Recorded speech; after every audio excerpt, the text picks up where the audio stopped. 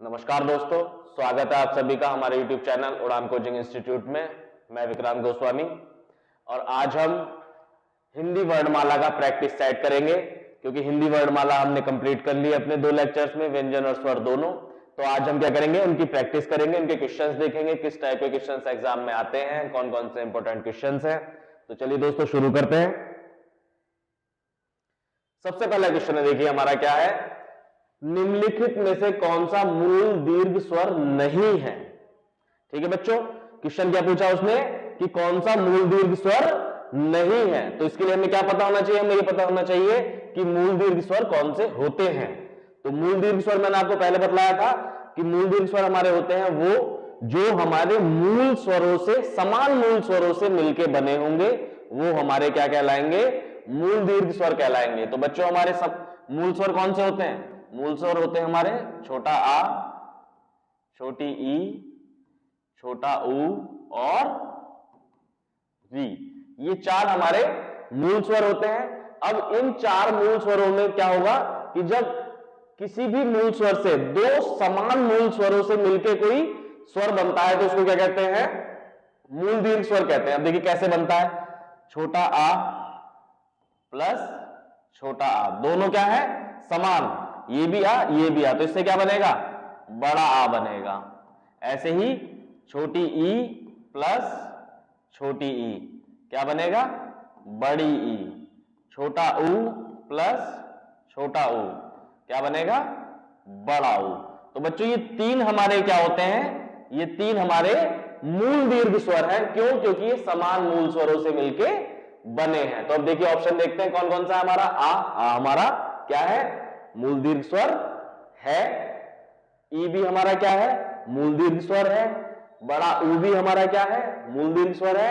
तो हमारा कौन सा नहीं होगा, सी ऑप्शन हमारा सही हो जाएगा कि ओ जो है वो मूल दीर्घ स्वर नहीं है। क्यों नहीं है, क्योंकि ओ बनता है ए प्लस ऊ से,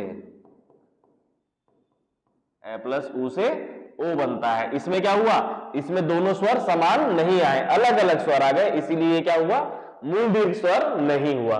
चलिए नेक्स्ट क्वेश्चन की बात करते हैं हम लोग।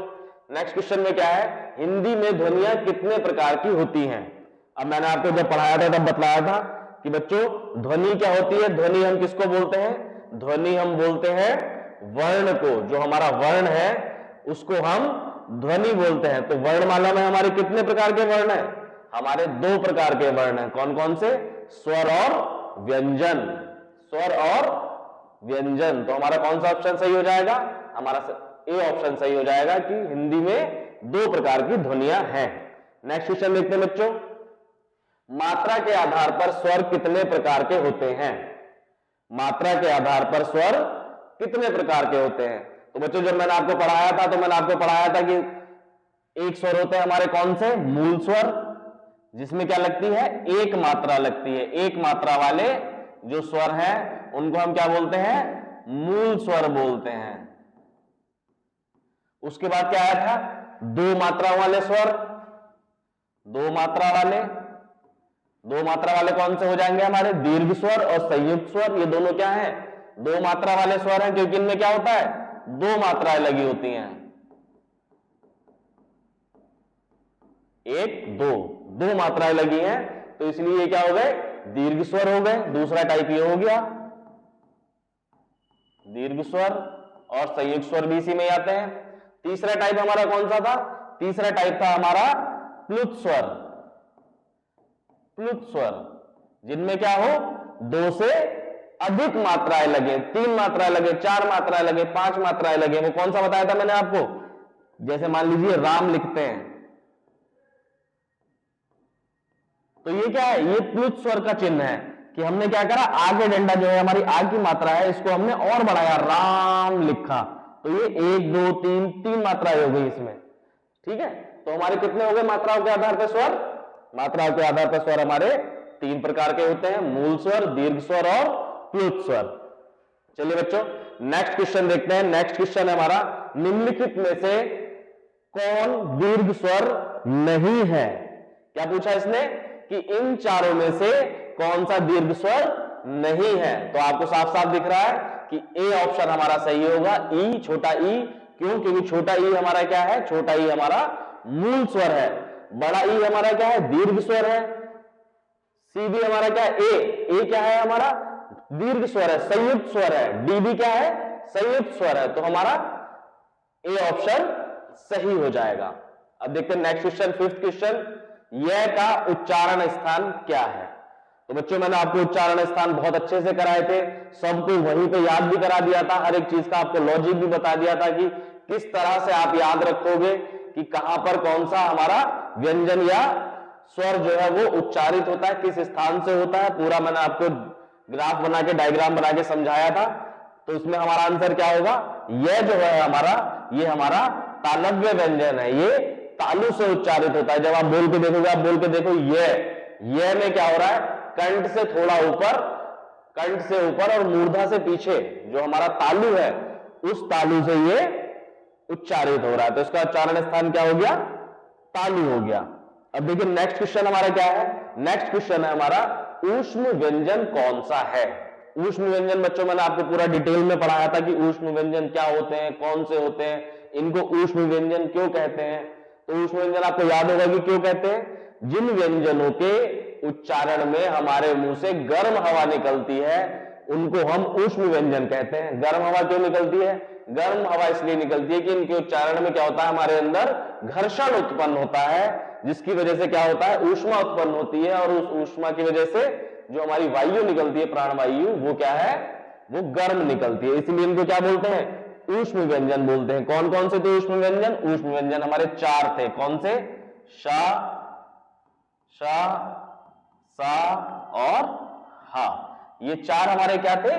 ऊष्म व्यंजन थे। तो अब देखिए हमारा कौन सा ऑप्शन सही होगा? ए ऑप्शन हमारा सही हो जाएगा कि हा हमारा क्या है? हा हमारा ऊष्म व्यंजन है। ठीक है बच्चों, तो चलिए नेक्स्ट क्वेश्चन देखते हैं। नेक्स्ट क्वेश्चन है हमारा बहुत ही सिंपल है। पा, फा, बा, भा, मा आदि का उच्चारण किससे होता है? यानी पा, फा, बा, भा, मा जो हमारा ये पा वर्ग है, इसका उच्चारण स्थान बताना है हमें।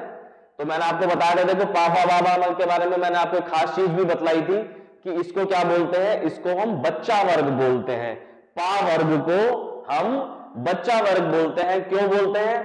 क्योंकि बच्चा जो सबसे पहले बोलना सीखता है वो पा वर्ग भी बोलना सीखता है। वो पा, फा, बा, भा, मा यही सारे अक्षर सबसे पहले बोलने सीखता है। क्यों? क्योंकि बच्चा सबसे पहले जीभ चलाने से पहले बच्चा होठ चलाने सीख जाता है। तो जब बच्चा होठ चलाने सीख जाता है तो वो ये सब बोलने लगता है। इस तरह से भी आप याद रख सकते हो कि बच्चा सबसे पहले होठ चलाने सीखता है, इसीलिए ये इनका उच्चारण स्थान क्या है? ओष्ठ है। क्यों? क्योंकि इसको हम बच्चा वर्ग भी कहते हैं। या फिर आप इसको उच्चारण करके भी देख सकते हो।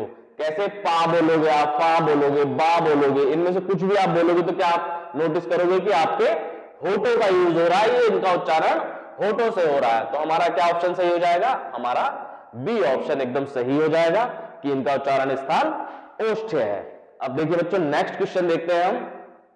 निम्नलिखित में से घोष वर्ण कौन सा है? निम्नलिखित में से घोष वर्ण कौन सा है? तो बच्चों मैंने आपको बतलाया था कि वर्ण 2 टाइप के होते हैं, घोष और अघोष, या फिर सघोष या अघोष। ये 2 टाइप के वर्ण होते हैं, प्रत्येक वर्ग में होते हैं।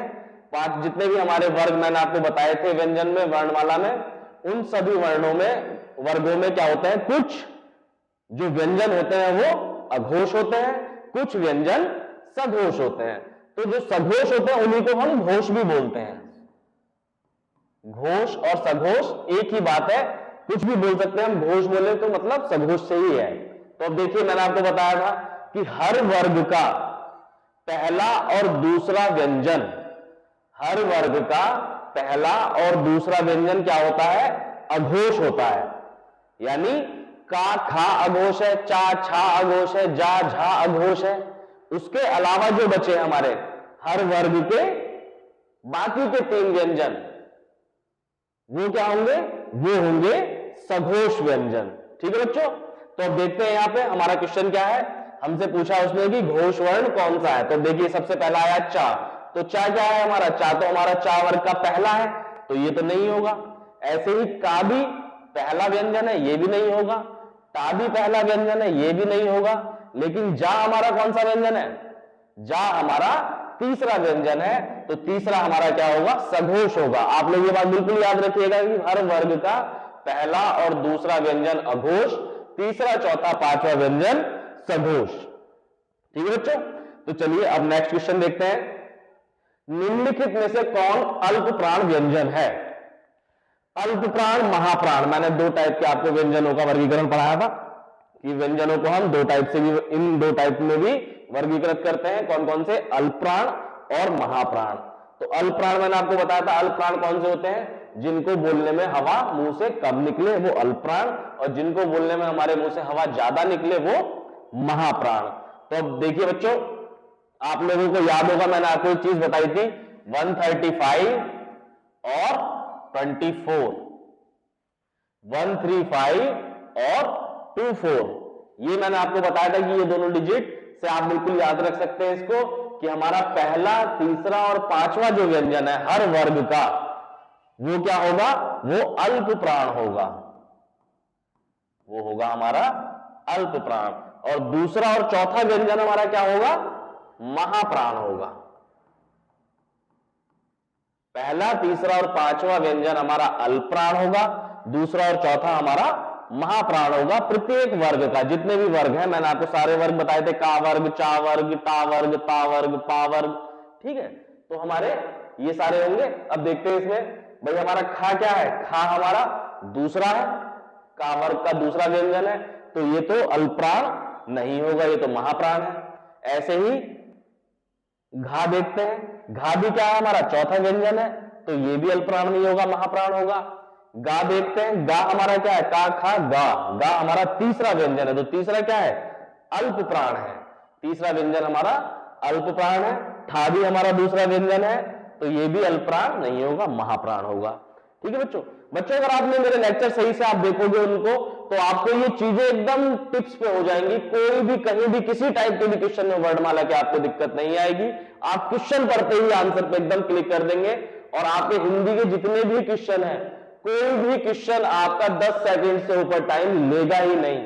तो हिंदी आपका क्या करेगी? हिंदी आपका बहुत ज्यादा टाइम बचाएगी, जिससे आप ये टाइम आप आगे किसी भी सेक्शन में दे सकते हैं, रीजनिंग में दे सकते हैं, मैथ में दे सकते हैं। तो हिंदी क्या करनी है? हिंदी हमारी इसीलिए सबसे ज्यादा यूजफुल है। हिंदी सब्जेक्ट का फायदा ही यही है कि हिंदी के जो हमारे क्वेश्चन आते हैं, 20 क्वेश्चन, 25 क्वेश्चन, 30 क्वेश्चन, वो बहुत ही तेजी के साथ हो जाते हैं अगर आपके कंसेप्ट क्लियर है। इनका टाइम बचा के हम क्या करते हैं? वो हम आगे किसी भी सेक्शन में वो टाइम दे सकते हैं। तो चलिए बच्चों, अब नेक्स्ट क्वेश्चन देखते हैं। निम्नलिखित में से कौन सभी महाप्राण वर्गों वाला वर्ग है? अब देखिए, हमको 4 वर्ग दे दिए इन्होंने अपने आप बना के। अब हमें इसमें से बतलाना है कि इसमें से कौन सा महाप्राण है। मैंने आपको क्या बताया था बच्चों अभी, कि महाप्राण कौन से होते हैं? दूसरा और चौथा व्यंजन हर वर्ग का महाप्राण होता है। तो चलिए इसमें देखते हैं हम। भाई खा हमारा कौन सा है? दूसरा है। छा हमारा दूसरा व्यंजन है। ठा भी हमारा टा वर्ग का दूसरा व्यंजन है, तो हमारा ऑप्शन ए ही सही हो गया। तो हमारे ये क्या है? ये दोनों के दोनों, ये तीनों के तीनों क्या है? दूसरे दूसरे नंबर के अपने वर्ग के वो हैं व्यंजन, तो इसलिए ये सब क्या होंगे? ये महाप्राण होंगे। बाकी सब आप देखोगे तो ये महाप्राण नहीं है। चलिए बच्चों, अब आगे देखते हैं क्वेश्चन नंबर 11। ए और ए वर्ण क्या कहलाते हैं? अब इसमें क्वेश्चन में हम ऑप्शन कह दिया, नासिक्य, ओष्ठ्य, मूर्धन्य, कंठ, तालव्य। इसका मतलब क्या है कि ये हमसे इन दोनों का उच्चारण स्थान पूछ रहा है कि हमारा ए और ए का उच्चारण स्थान कौन सा है। तो बच्चों मैंने आपको बतलाया था कि ए हमारा कैसे बनता है? ए प्लस ई से बनता है। ए प्लस ई से हमारा ए बनता है। तो हमें क्या करना है? हमें ये पता होना चाहिए कि भाई हमारा ए का जो है उच्चारण स्थान कौन सा है और ई का उच्चारण स्थान कौन सा है। तो बच्चों मैंने आपको जब उच्चारण स्थान पढ़ाए थे तो मैंने आपको पूरा एक लॉजिक बताया था कि आप इस तरीके से याद रखेंगे, पॉइंट बना के, कि ये फर्स्ट पॉइंट है, ये सेकंड पॉइंट है। गले से लेके मुंह तक मैंने आपको 5 पॉइंट बनवाए थे, जिनके आधार पे क्या था, हमने सारे स्वरों को वर्गीकृत कर दिया था। जिसमें हमारा क्या आया था? ए हमारा क्या आया था? कंठ ध्वनि आया था। और ई हमारा क्या आया था? तालव्य ध्वनि आया था। तो जिसके हिसाब से क्या हो गया? कंठ तालव्य हमारा ऑप्शन एकदम सही हो जाएगा। ए हमारा क्या है? ए हमारा कंठ तालव्य ध्वनि है। ठीक है बच्चों, अब देखिए नेक्स्ट क्वेश्चन क्या है। नेक्स्ट क्वेश्चन है हमारा, हिंदी वर्णमाला के स्वरों की कुल संख्या कितनी है। तो बच्चों हिंदी वर्णमाला में मैंने आपको जब स्वर पढ़ाए थे तो मैंने आपको बतलाया था कि स्वरों की संख्या हमारी कितनी है, 11 स्वर है हमारे। क्यों? जो हमारा अंग और आहा है, अंग और आहा जो अयोग वहां थे हमारे, उनको हम स्वरों की गिनती में नहीं रखते हैं। क्यों नहीं रखते हैं ये भी मैंने आपको पूरा डिटेल में समझाया था उस दिन। तो हमारे स्वरों की संख्या कितनी हो गई, स्वरों की संख्या हमारी हो गई 11। तो चलिए बच्चों आगे बढ़ते हैं। नेक्स्ट क्वेश्चन हमारा क्या है, निम्नलिखित में से एक वर्ण व्यंजन नहीं है। बहुत ही आसान क्वेश्चन है, इसका ऑप्शन हमारा क्या है, बी। ऊ क्या है, स्वर है, ये व्यंजन नहीं है। चलिए नेक्स्ट क्वेश्चन देखते हैं बच्चों, निम्नलिखित में से कौन सा व्यंजन पार्श्विक है। बहुत ही इंपॉर्टेंट क्वेश्चन है, बहुत बार आया है एग्जाम में और बहुत ही सिंपल भी है। पार्श्विक व्यंजन बच्चों मैंने आपको बतलाया था, पार्श्विक का मतलब क्या होता है, पीछे का, पीछे। तो पार्श्विक व्यंजन मैंने आपको क्या बतलाया था कि जिस व्यंजन में, जिस व्यंजन के उच्चारण में क्या हो, हमारी जीभ का जो है आगे का हिस्सा ऊपर लग जाता है और हवा जो निकलती है, हवा जो मुंह से बाहर आती है वो पीछे के हिस्से से होती हुई बाहर आती है, दोनों साइड से, उसको हम क्या कहते हैं, पार्श्विक व्यंजन कहते हैं। और हमारा सिर्फ एक ही व्यंजन ऐसा है जो पार्श्विक है, वो है ला। जब आप ला बोलोगे तो आपको पता, आप नोटिस करोगे कि आपका जीभ का हिस्सा जो है आगे मूर्धन्य पे लग गया है और हवा जो निकल रही है वो जीभ के दोनों साइड से पीछे की तरफ से निकल रही है, इसीलिए इसको क्या बोलते हैं, पार्श्विक व्यंजन बोलते हैं। सिर्फ एक ही व्यंजन पूरी वर्णमाला में पार्श्विक है, वो है ला। तो हमारा बी ऑप्शन एकदम सही हो गया। अब चलिए बच्चों आगे देखते हैं, इनमें से ओ का उच्चारण स्थान कौन सा है। अब हमें क्या बताना है, ओ का उच्चारण स्थान बतलाना है। तो ओ हमारा मैंने आपको बताया था उस दिन भी, ओ क्या है, संयुक्त स्वर है। किस किस से मिलकर बना है, ए प्लस ऊ, ए प्लस ऊ से मिलके ओ बना है। तो अब देखिए ए का उच्चारण स्थान क्या था हमारा, कंठ। ए का उच्चारण स्थान कंठ था और ऊ का उच्चारण स्थान क्या था हमारा, ओष्ठ।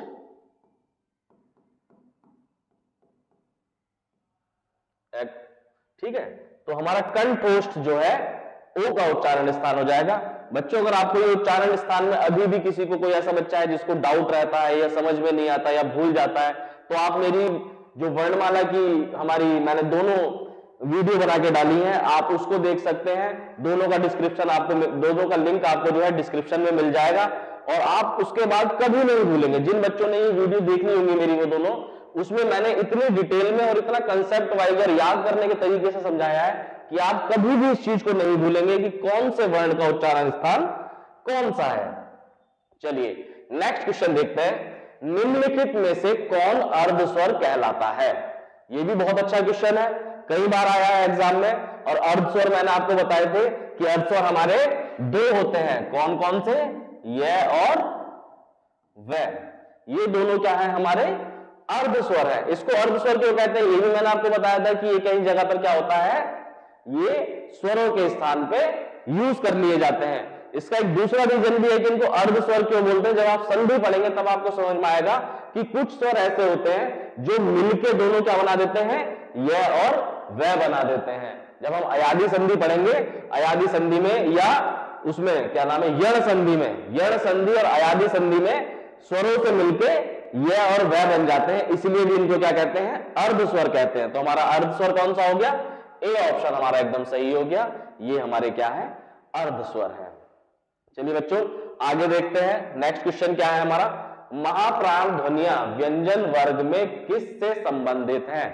मैंने आपको बतलाया था कि व्यंजन वर्ग में जो महाप्राण ध्वनियां हैं वो कौन सी हैं, दूसरी और चौथी, और जो अल्प प्राण है वो कौन सी है, पहली, तीसरी और पांचवी।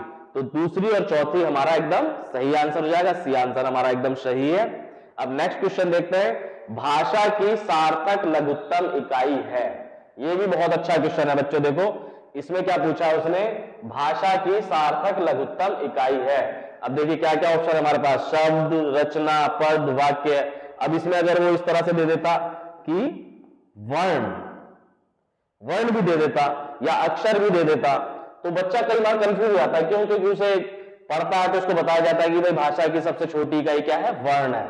ये बात एकदम सही है कि भाषा की सबसे छोटी इकाई वर्ण है, लेकिन उसने यहां पे क्या पूछा है, यहां उसने पूछा है कि सार्थक लघुत्तम इकाई, यानी सार्थक सबसे छोटी इकाई कौन सी है? तो सार्थक कोई चीज कब होती है भाई? मैं यहां पे लिखूं का, तो इस का कोई मतलब नहीं है।